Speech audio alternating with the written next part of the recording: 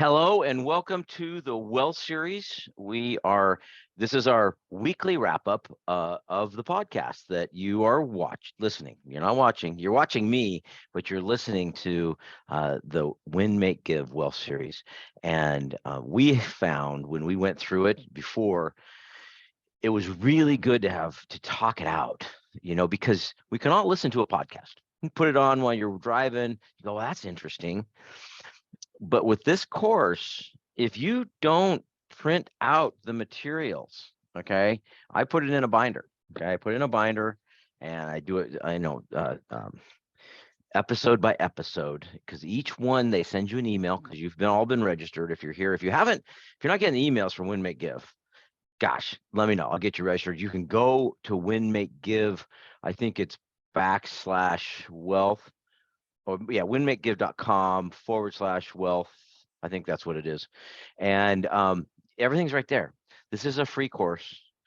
Watching me on this Zoom call is not imperative to success at all. It's generally we're doing these weekly Zoom calls in case anyone has any questions or they want to talk about it, or they say like, well, how do I do that exactly?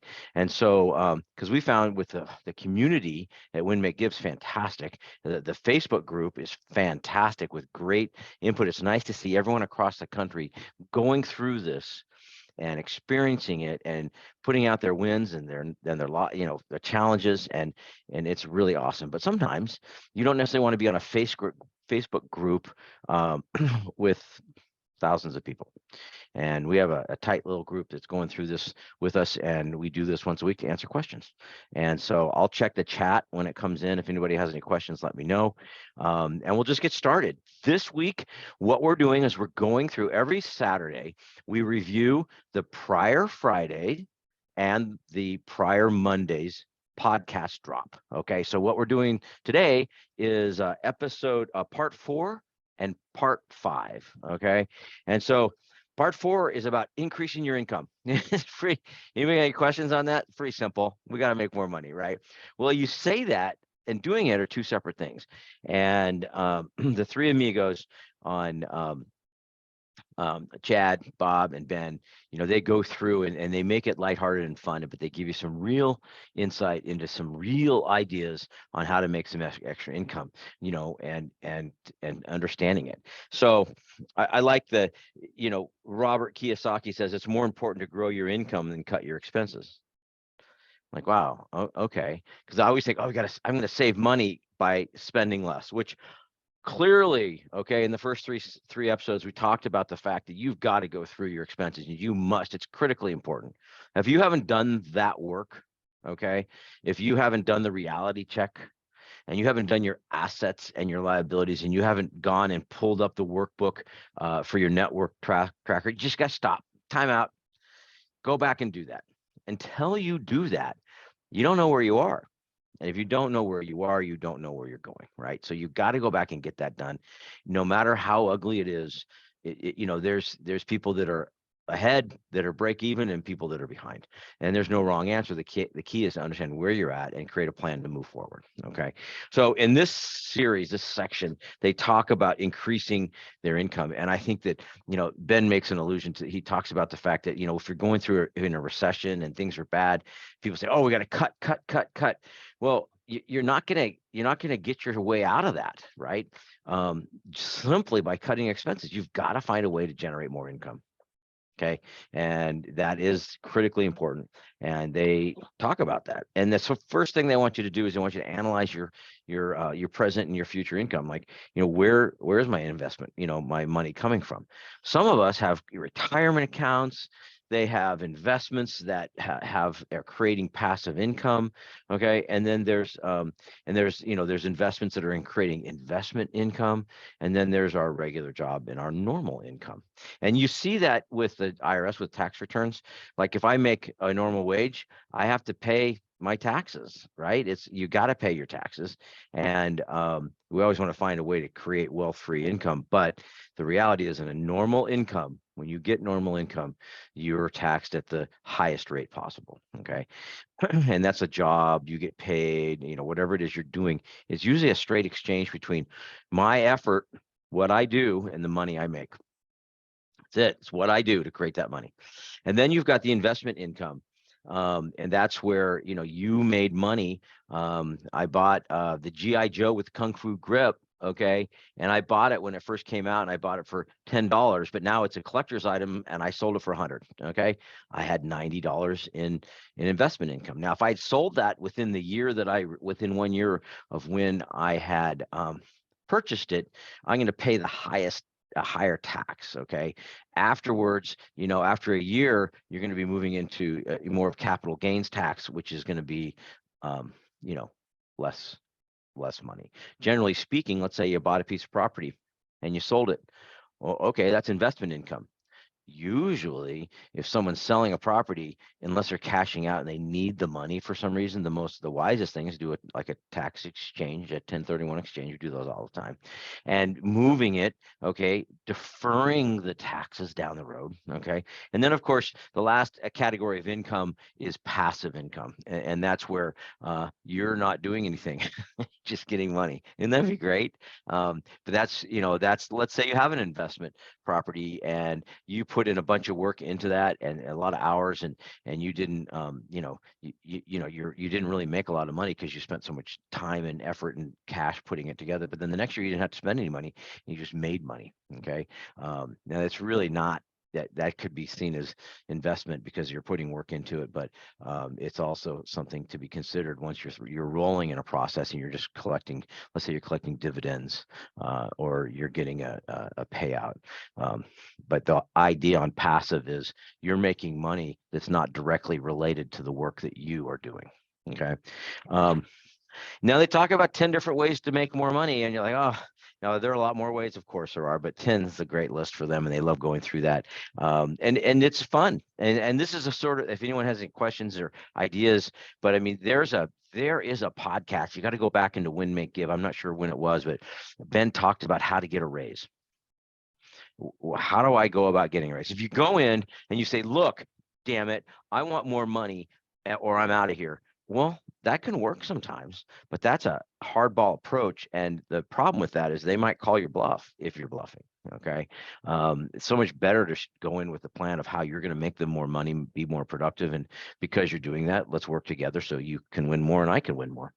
Making sure you're leveraging all your company benefits. If you got a matching program, you got 401ks, those are stock options where they're putting more money into it. Those are things to take advantage of, profit share. And one of the things that, creating investments that pay you out monthly. Okay. That's you can rent things out. So I think the sixth was start a side business, and then teaching, training, coaching, creating byproducts. I don't remember what the byproducts conversation was. You remember that, Sherry? And I remember. It was a sawmill. It talks about a sawmill. So if you haven't heard the podcast, go back and listen to the sawmill story. And it's interesting. Things that come from producing, and you have this waste, instead of throwing away, you can make something out of it. And you can sell things, and you always have to understand the tax benefits. So this whole episode is about income, how to generate more income, and forcing us to think about, how am I going to do that? I need to make more money. How do I do that? Am I going to get better at my job and make more money that way? Am I going to work harder? Maybe if you're putting 65 hours a weekend, it's probably not so easy, but do I need to change careers, do something different? Do I need to do a side hustle? You know what? I got this great job. It's going to set salary, but I have free time. I can go drive Uber on Saturday afternoons. Okay. Saturday nights I make money. Okay, that's an extra, however much money that is. There's lots of different ways to do this, but you got to think about, how can I make a little more money? You got to figure it out, and then how that'll add into more total income, and what that's going to do for me over the long run. So there is most of these pages in this part. Okay, in this section is making you think. If you are going to rent something out, what are you going to consider doing? Is you going to rent out your car? You're going to rent out your house? You're going to rent out your snow skis? I mean, I don't know. You can create a model for all. There's ways to do all of those things, making you think about what kind of side business can you do. If you're under 18, you can go mow lawns, and then in addition to mowing lawns, you can wash cars, right? So, is there something that you're amazing at that you can teach someone how to do? I mean, it doesn't necessarily have to be the job. Maybe you're amazing at cooking the best steak in the world. I mean, who knows? And they want you to reflect on it. They want you to write it down.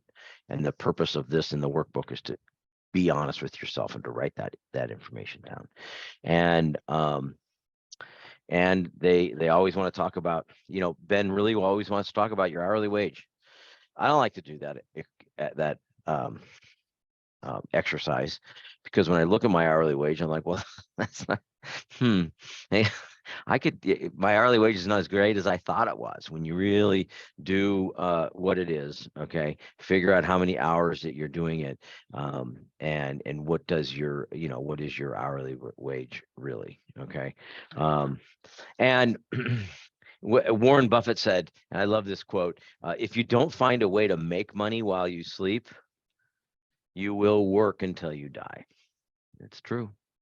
It's true. And so it's forcing us to have these questions. Of course, you go through this, you're going to understand on page 14 the question that he asked that you have to be able to answer at the end of this whole course, so that you can enter to win money. Okay. And then it tells you how to prepare for part 5. So earning income is part 4. You go, okay, great. Anybody have any questions on earning more income? We would like to earn more income. It's a good thing. And if you need ideas on how to earn more income, call me. We can mastermind together. We can brainstorm. Okay. Now we move to part 5. Okay.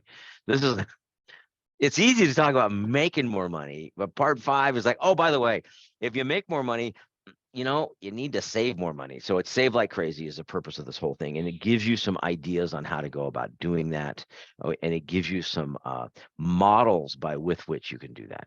Really. And there's, by the way, online, he's got some great tools to help you with that. Okay. And the first thing was he loves highlighters. Okay. So we've got to get your yellow, your red, and your green highlighter out. Okay. And, he suggests keeping it simple and just looking at your bank statement and your credit card statements, because how are you spending your money? You can usually see how you're spending money by looking at those 2 statements, right? Or however many you've got. Okay, but by doing that exercise, you can go through and figure out what's important. And the first one is necessary expenses. Okay, what do I have to do, which are required expenses? It's an expense that comes in, and I, have to do it. It's funny. His exercise shows that Uber is a necessary expense, which to me that's more of a optional. But if you don't have a car, or you are in Manhattan, and and think about it, you've got to be able to get from place to place. It's a necessary expense, okay, and that's part of your budget, right? And then he looks at Subway and Amazon Marketplace. He considers in his example that he puts in the workbook, those are optional expenses. I mean, he's going to do them, and he really wants to do them, and he has no intention of not eating more Subway sandwiches. However, okay, he doesn't have to. He could make a sandwich at home, okay? And the stuff that he bought on Amazon Marketplace, he really wanted it and he enjoyed it, but he didn't have to. And he showed the exercise of a 30-day exercise, if I've decided to buy this, I'm going to wait 30 days before I purchase it. Chad and was like, no. Or maybe it was Bob, I don't remember, but they're like, no, I tried that and it sucked. Mine's a 48-hour exercise, because damn it, after 48 hours, I'm going to buy it if I want to. So I enjoyed that. I actually laughed during this. It was fun to listen to it. But his cell phone bill, that is, then we move to things that you can get rid of. Okay. And he said things like iTunes, I can get rid of. There's a Netflix, you can get rid of Netflix. I'm like, tell my wife that. I don't think that's going to work. Okay. But he gave the example of, well, fine, then just go on to you do Hulu one month and Netflix the next. I'm like, Okay, it'll work. But maybe there's some things you don't need. Okay, and that's where you negotiate with your cable provider and you say, look, I'm going to have to get rid of some. Do you really need all of it? Are you going to really look at all of it right now? Something to think about. Uh, he even used the example of the getting rid of his cell phone. I can't imagine that as a something you can get rid of. But anyway, that was kind of a fun exercise. But by doing that, you can look at, well, what could I get rid of? How can I save money? Okay, or spend less, right? And then it moves to the two different models that he creates. Okay, the one model, because once you've done that exercise and you know what you have to spend, and then you see what you are optional expenses, but you really need to spend them. And then you've got the ones you can get rid of. You can figure out, where your options are. And the first option's not that easy to do. Okay, and that's where 50% of your monthly income, okay, goes towards those must-do, non-negotiable items you got to pay for. Yeah, housing, groceries, transportation, utilities, that's what you got to pay for. Okay. And then 25% of your income for optional expenses, those things you put in yellow. Okay. And then the last 25% is left for debt reduction, savings, and giving. Okay. So that's a let's get aggressive. Okay. And you can move your way on to a higher net worth pretty quick doing that. Then he gives you the softer idea, which is a little easier to attain. Okay. He says, look, you are going to live on 80% of the money that you bring home. Okay. You got to find a way to live on that. Okay. We've given you the tools and the exercises to figure that out. If you don't make enough money, then you got to make more money. You don't want to be negative, right? So, then 10%, okay, needs to be invested. You're like, wait, what about paying off debt and putting savings in? No, you're going to put 10% and you're going to invest that. Okay. And then the last 10% goes for debt reduction, savings, and giving. And I think it was Bob challenged. He goes, wait, why are we doing that? Shouldn't we pay off our debt first? And the point is, when you're in the other model and you're just paying off debt, that means you're living on 80 and you're paying off debt as fast as you can, which sounds good, and really it probably isn't horrible, but it doesn't move the needle forward in terms of investment income. And so that's why he's like, cut it in half. Put half of it towards debt reduction and savings, and putting your reserve. And he did have some discussions in here about a reserve. Okay. He suggests a 4-month reserve, meaning if whatever the annual expenses are, put a 4-month reserve into an interest-bearing account that you can get at. It's not that easy to get out. Okay, maybe it's in a separate bank or whatever, but it is interest-bearing. You're making some money on it, and just leave it as reserves. So, because something happens, car dies, there's an issue, things come up, and you don't want to change your rhythm. You want to be able to take that out of your reserves. And so that is a material point. Okay. But his point was, those things, you've got to have those savings, et cetera, et cetera. But as you work your way towards that, take half of that, 10%, and put it into an investment. If you don't have enough money to make an investment, at least separate it to where you have a little bit of money that you can put in investment. It doesn't have to be you got to buy an apartment building, right? You got to work towards those sort of things. And then they go through the 10 tips of how to save like a pro. And the first thing is always, and I've always struggled with this, okay, which is pay yourself first. You figure out what you're owed, and then you get paid. That's the money that I move aside, and that's it. And then the rest of the money that comes in can be used for other things. They talk about consolidating your debt. They go through 10 awesome steps of what to do. And then they really want you to reflect on how you're going to save and what you're going to do. So this last two, that this week was really um, um, um, a little bit of a challenge, in the sense that it wasn't like, oh, that's amazing, this is fun. This is kind of hard going. This is the part of the course where you got to look at your income and you got to look at your savings, critical parts. Okay. So by the time you finish part 6, I mean, you've gone through the real heavy lifting of this course, which is, how much money am I spending? Do I need to, what can I get rid of? Where do I stand? How much does it take for me to live? and am I living within my means? If I am I or am I not? And what is my net worth? Okay, if I were to sell, what are my assets and liabilities? And then how do I let me create a plan for increasing my income, and how do I increase my savings? So those components really have to get done. You almost want to hit the pause button on the other podcast until you finish this work. Anyway, I hope this Saturday was great. I don't see any questions in the chat, and I'm going to just sign off so I don't take too much of your time. Have a wonderful day, and I'll check with my co-host. Any questions I didn't answer? All righty then. Have a wonderful day, guys. Thanks for joining us on these, and we certainly appreciate you.